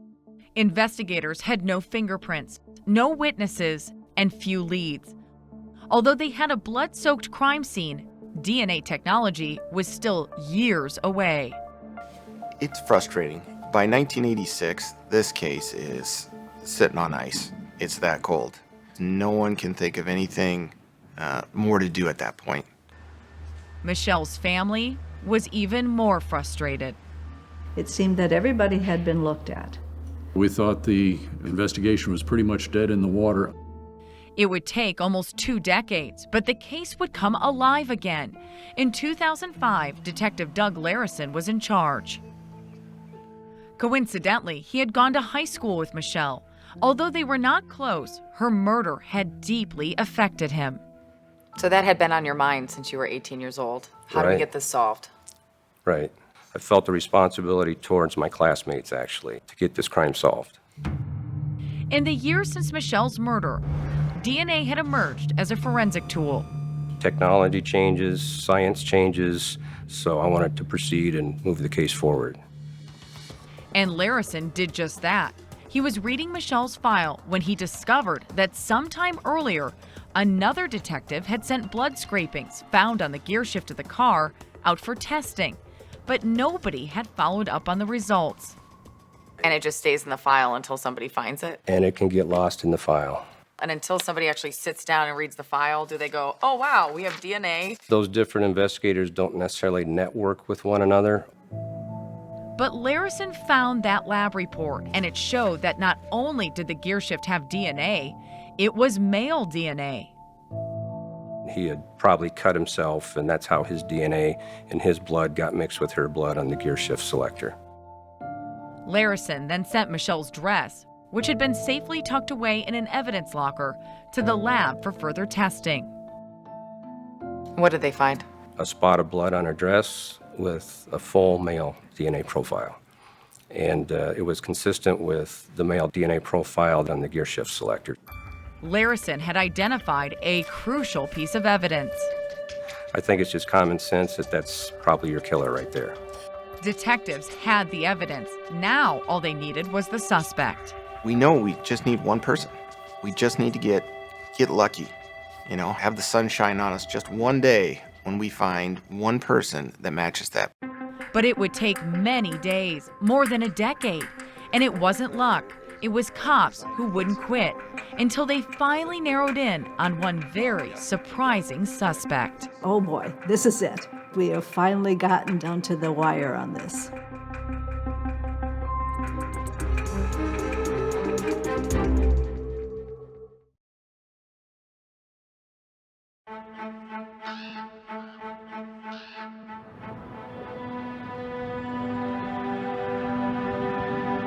Here in America's heartland, for friends like Tracy Price, who saw Michelle Martinko the last night of her life. Every anniversary, it goes through your head. You know, here's another year, still don't know. For ex-boyfriend Mike Wyrick. We all were victims in a way. Well, your innocence was stolen. Yeah, exactly. Then the fear set in. And for close friend Gail Dawson, Michelle's murderer left a mark on all their lives. You're scared. You're afraid to go places. The killer had vanished. But by 2005, investigators were onto something new. Science. And that male DNA profile in Michelle's dress and the DNA from the blood on her car's gear shift. Would it be fair to say you found a needle in a haystack? I think there was a lot of needles in a lot of haystacks in this case. For lead investigator Doug Larison, old evidence suddenly had fresh potential. He shipped the blood samples to CODIS, the nationwide database of DNA collected from arrested offenders. If Michelle's murderer had a previous record, CODIS will give us a hit and tell us who matches the profile. So you send it to CODIS and what happens? We never got a hit. Dead end. The DNA from Michelle's dress and car did not match up with anyone in the huge government file. So now we had a job to do. Starting with locating all the people Cedar Rapids cops had originally interviewed. We collected DNA samples from over 100 different people. Cops had to convince them to take a DNA test. It was time-consuming. Mike Wyrick and Tracy Price were tested. Both came up negative. At the top of Larison's list was Michelle's old boyfriend, Andy Seidel. I think he was probably the main suspect from the very beginning of this case. Andy Seidel had lived for 27 years, with many in his hometown believing he was a killer. I said, listen, Andy, if you give us your DNA and it doesn't match, then you're eliminated. You're cleared. So he voluntarily gave his DNA and he was eliminated. But whoever ended Michelle's life left a different but lasting mark on Andy. Michelle's parents both died before that DNA test exonerated him. They likely went to their graves believing Andy was their daughter's killer. I feel very bad about that. Andy was a victim himself because many, many fingers were pointing at Andy. Larison moved on. Classmates, friends, family, searching for a match with that male DNA. So you do 100 different people. What comes back? Everybody's eliminated. No matches. It had been 10 frustrating years for Detective Doug Larison. I was kind of burned out. So I went to my supervisors and I said, hey, I think you need to get somebody to replace me on this case. One of these had the FBI profile in it. And that's when Matt came in. Matt Denlinger, Harvey's son, that second generation, searching for Michelle's killer. In 2015, he took over as lead detective. They would tell you our computer records only go back to 1990. Facts hadn't changed, but DNA technology had once again advanced further, offering tantalizing possibilities. We've got this DNA profile. How can we get more information from it? Can we find out eye color, hair color, race? Denlinger reached across the country to Virginia's Paramount Nanolabs. And they said, yeah, we know what you're trying to do. And guess what? We can make a picture of a potential suspect from that DNA sample. Did you think that that could be possible? No. No, I had no good concept that that was possible. It sounded a little bit sci-fi, but I was ready to try. We had to do something. The portrait was striking. Paramount called the technique snapshot. It put a face on a phantom. What we learned from that is our suspect was probably a white male, blonde hair, blue eyes. This first image I'm going to show you here. And so we had a press conference. Investigators had narrowed down the suspect's genetics, but they did not know his age or have a clue as to how he wore his hair. So different sketches were created, each with a different look.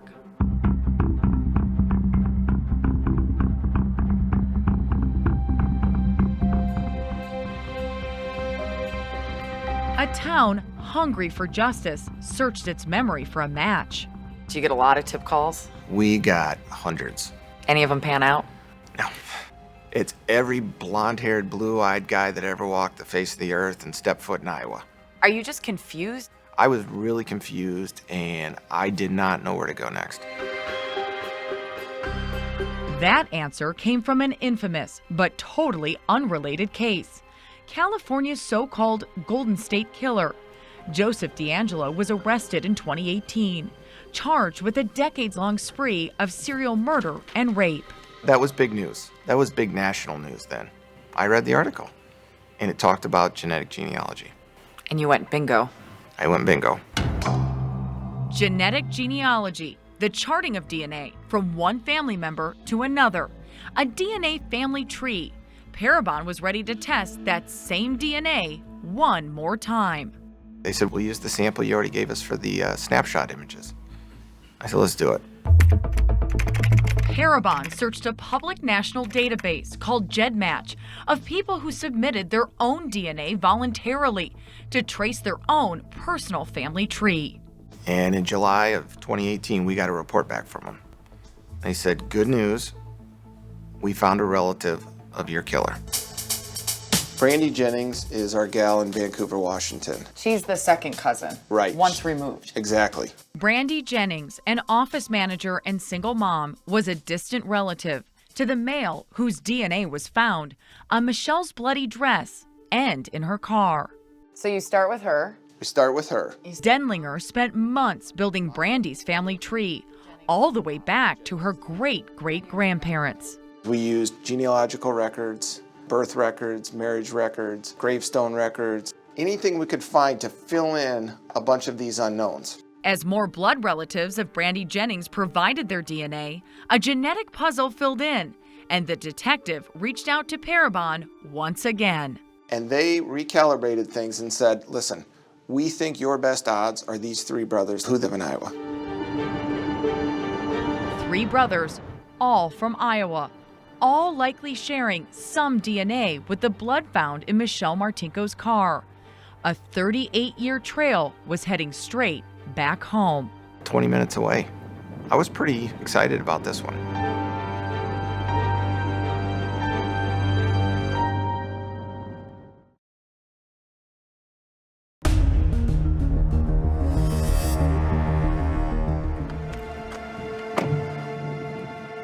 By October of 2018, Detective Matt Denlinger's painstaking ancestry searches had narrowed the suspects down to 3 brothers in Iowa, and all of them were still alive. We immediately started doing research on these 3 brothers. They were Donald Burns, Kenneth Burns, and Jerry Burns. Denlinger and his team set up a plan. They would collect DNA samples from the brothers to see if any were a match. And they would do it without them knowing. You think one of them's the suspect, you can't tell any of the 3. Not only can I not tell any of the three, but I was careful who I told in general. Iowa is not the biggest state in the union, and you never know who knows who. They followed one brother to lunch and grabbed his straw. For the second, a toothbrush was collected from his garbage. And then the third brother, Jerry. We drove up to Manchester. We had already established kind of a pattern or some locations to try to find him. After a couple of hours, he spotted Jerry Burns at this pizza restaurant. He drank at least 2 sodas out of a glass with a straw. All 3 brothers' samples were sent to the lab. Don and Kenneth were not a match, but the results showed Jerry Burns' DNA was an exact match. For Denlinger, the message was clear. I was definitely speechless. I'm almost speechless today thinking about it. It turns out that Parabon's sketch of the suspect was very similar to a young Jerry Burns. But Burns wasn't an obvious suspect. We are not finding any connection at all. No connection to Michelle, no connection to that car. Even more baffling, Jerry Burns' resume was the opposite of a cold-blooded killer. He had no criminal record and was even a respected businessman with a wife and 3 kids. Denlinger picked a particular day to interview Burns at his business. Hello? December 19th, 2018. Hey, how are you today? Jerry, my name's Matt, the Cedar Rapids Police Department. Exactly 39 years to the day after Michelle was murdered. I wanted to rattle him. I wanted to bring that up during the interview and see if that would do anything to him. Copy of the search Using a hidden camera inside a coffee mug, Denlinger tried to get a confession. The reality is we have your DNA at the crime scene, and so we know you were there that night this happened. How would we get your DNA at the crime scene there, Jerry? I don't know. But Jerry acknowledged he had been to the mall with his family in the past. Did you go to Westdale Mall? Oh yeah, we've gone to Westdale Mall. Although Jerry couldn't remember when he was at the mall, Denlinger continued to press him. Jerry, what happened that night? I don't know. Despite Burns' denials, the DNA was enough to arrest him for the murder of Michelle Martinko. Anything you say will be used against you in a court of law. On the ride back to Cedar Rapids, a camera was rolling again, this time in the police car. And Denlinger believes Jerry offered something revealing. He said a few things about blocking stuff out, traumatic events. I think it's possible this happened. I'm sure something like that would be possible to block things out of your memories. You're a homicide detective. Your gut tells you something. What did your gut say? My gut told me the second he refused to deny it or give me a plausible explanation that we had the right guy. For Michelle's sister Janelle, news of the DNA match and the arrest signaled hope. And a day she and her husband John thought would never come. We were just hooping and hollering, and we were just talking and talking. We were just so excited. But for the Burns family, it all came as a complete shock. Jerry's daughter Jennifer and his brother Don could not believe the man they know and love could ever be capable of such a gruesome act. We did not believe it. This could not be our dad. He couldn't have done it. There was just no way. I mean, he was always there for his family. Circumstances that just made it highly improbable from our perspective. First of all, there was no connection between Jerry and Michelle Martinko. None. Leon Spies is Jerry Burns' attorney. He believes his client's demeanor during the police interview wasn't out of the ordinary. I challenge anybody to predict how any person is going to react, let alone react being caught out of the blue with an investigator trying to attribute them to a horrible, horrible crime. He did not commit this murder. In February of 2020, Michelle Martinko's accused killer went on trial, more than 4 decades after her murder. Due to the buzz surrounding the case in Cedar Rapids, the judge granted a venue change to Davenport, Iowa, an hour away. The evidence will show that Michelle Martinko was murdered that night by the defendant, Jerry Burns. Prosecutor Nick Maybanks felt the weight of his hometown on his shoulders. A lot of eyes on this case. There are generations that grew up with this story. and the generation who lived through the horror and suspicion. Always seemed to be happy. Several of Michelle's friends were called to testify, including Michelle's ex-boyfriend and once prime suspect Andy Seidel, who says he and Michelle were on good terms the last time they saw each other. There was no reason for us to part ways in a bad way. We just kind of grew apart as we evolved, growing into adulthood. Do you swear or Mike Wyrick was also called and had to relive Michelle's murder all over again. This trial was hard on me. For a lot of us, brought it all back into focus in a way that it hadn't been in focus since those early days. This was a random act of violence committed by a stranger. From the start, the prosecution faced a number of hurdles.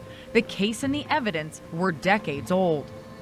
Tried to take 40 years of investigation and condense it into a story. And a lot of things about this suspect didn't make sense. What's that like for you? You have a suspect who has no criminal background that we're aware of, and this heinous crime that looks extremely personal. Right. Yeah. You have no story. I don't. Yeah. And after he was interviewed, we didn't have much of a story either. A story the Burns family believes was problematic from the start. They wanted an explanation of how his DNA got there. Well, how is he supposed to know from 40 years ago? You know, I can't even remember what I did last week every day. So would you say it's impossible that Jerry murdered Michelle? I'd say it is. There's absolutely no way it could have happened. I don't think there's any way that my dad could have done this. The prosecution's case hinged on that one critical piece of evidence: Jerry Burns' DNA.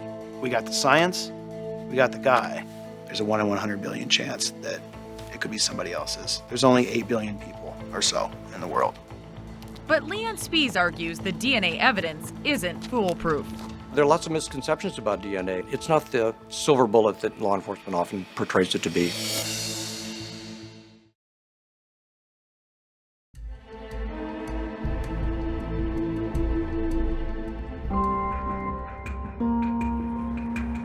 As the state's case wound down, prosecutor Nick Maybanks had one last card to play.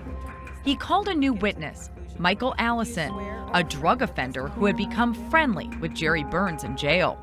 Yes, I do. I asked him directly, Jerry, did you do the crime? And he said, I can't talk about this. But Burns did say something curious. He feels like no matter what happens in this case, that he wins because he had the opportunity to be out there with his family all these years.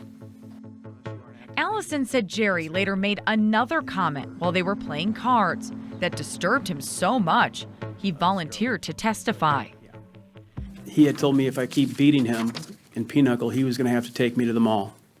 It disgusted me. In his defense case, Leon Spies calls only one witness, Dr. Michael Spence, a molecular biologist. He says while there is no doubt the DNA in Michelle's car belonged to Jerry Burns, how it got there was another matter.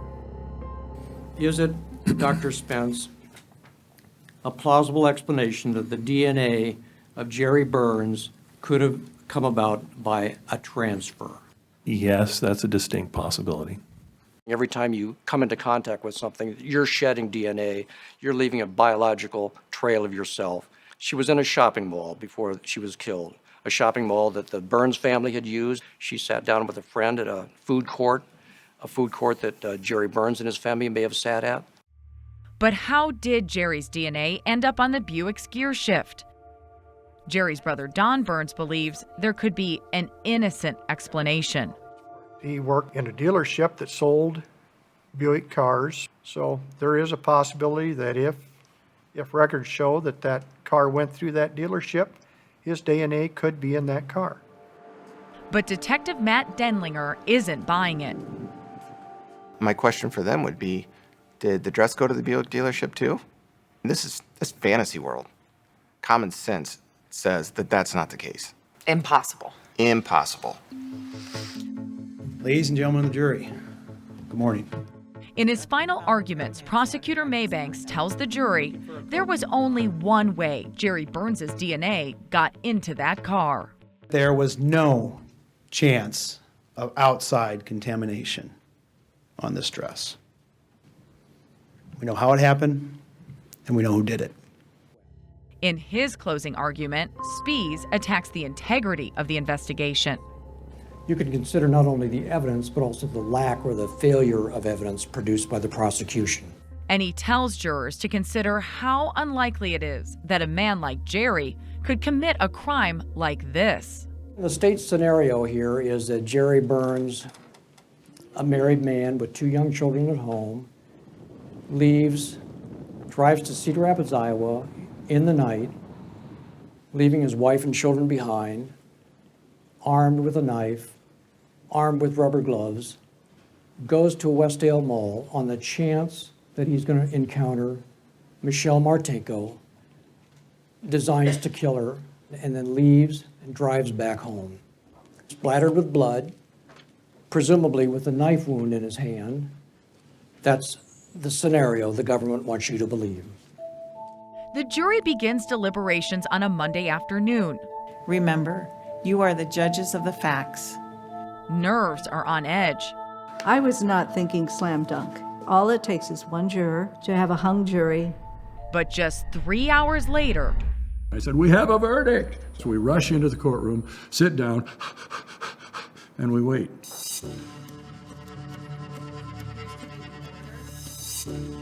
Thank you. We, the jury, find the defendant, Jerry Lynn Burns, guilty of the charge of murder in the first degree. Guilty. The courtroom was silent. We almost couldn't breathe. It was just amazing. It was fabulous. We were aware of how quiet it was on Jerry's side and that there was no reaction. Unfair. I'd say I was stunned. The verdict came back so fast, I don't know if the jury really took time to look at the facts. What do you feel in that moment? Extreme relief. The weight of the world was off my shoulders now. Harvey Denlinger, the investigator who was there at the beginning of the case 40 years earlier, saw his son help end it. I'm proud as heck of him. I really am proud to get an answer, while he can still appreciate it. He said today how proud he is of you. Well, all right. We're gonna take a break. Finally, there was an answer to the question that had haunted Cedar Rapids for so long. But there is a lingering question. Was Michelle Martinko Jerry's only victim? I just seen something about Jody Husentroot recently. In his interview with Denlinger, Burns randomly mentioned the name of Jody Husentroot. You are watching News Channel 3 Daybreak. She was a blonde news anchor kidnapped near her car in a parking lot in 1995 and never found. She worked in Mason City, Iowa, 2 hours from where Burns lived, though there is no evidence he knew her. Do you suspect that Jerry Burns was involved in other crimes? I don't know the answer to that. My gut tells me there's probably something else out there.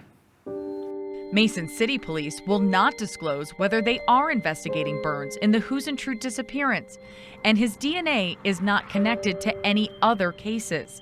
But in Michelle Martinko's case, she played a unique role in revealing her killer. She fought so hard that she caused the murderer to cut himself. He left his DNA, and so Michelle helped solve her own murder.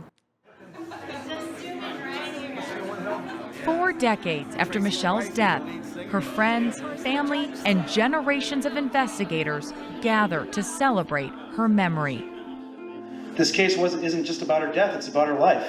Nick Maybanks worded it the best. I mean, he said, it's not about how she died, it's about how she lived. You can't help but wonder where life would have led her. Her name will be forever etched in local history as part of Cedar Rapids' most haunting crime. You've been a prosecutor for 20 years. Is this the biggest case you've ever had? Yeah. Every case, you want justice. But a case like this touched so many people over so many years, there'll never be another one like it.